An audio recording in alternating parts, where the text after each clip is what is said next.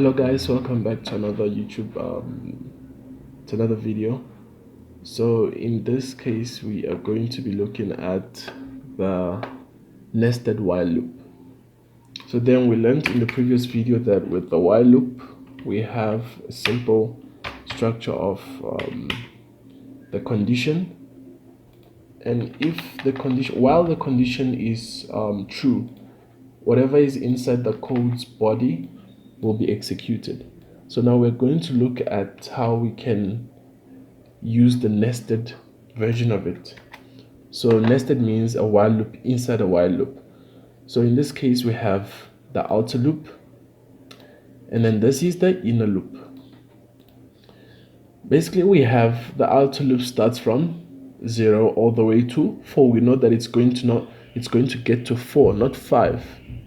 It's true until it becomes 5, so it's going to check 0, 1, 2, 3, and 4, but not 5, because 5 is not smaller than 5, rather 5 is equals to 5.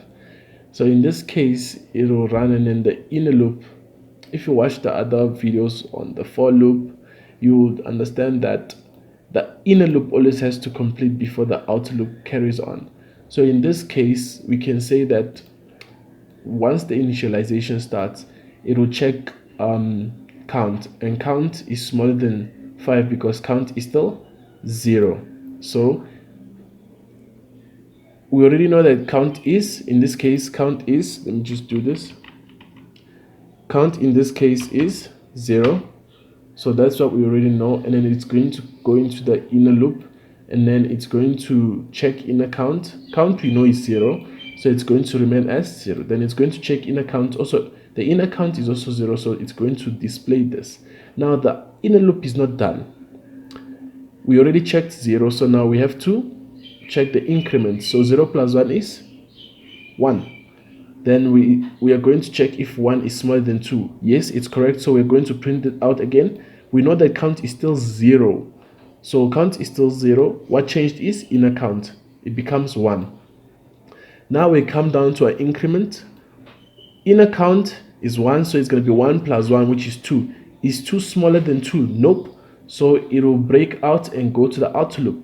Then the outer loop, now we already checked 0, so we are going to check 1. Why? Because once we broke out of the inner loop, we reinitialized the inner count to 0, and then we increased count. Remember, count was 0 at first. Now we increased count by saying the previous count, which was 0 plus 1, will give us 1. Then we're going to check 1, and yes, it's true, so we're going to come in again. So now we know that our new count is 1, and then the inner loop will repeat the same thing until the outer loop is also completed. So this should basically be our output. So yes, let me just run this and see what happens. So let's go for F5. Yeah, it should basically give us the same. For more understanding, guys, just go to the for loop video, or nested for loop actually. It's pretty much the same thing though. So let's just see. 0 0 0 1 1 0. So let me make it look a bit better, because now I thought I put a semicolon, but let me just check. Oh, I didn't.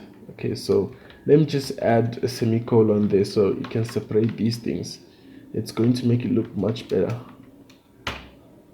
So this should do it. And just stop debugging, and then close this off so we can get a new fresh display. Let's see. And then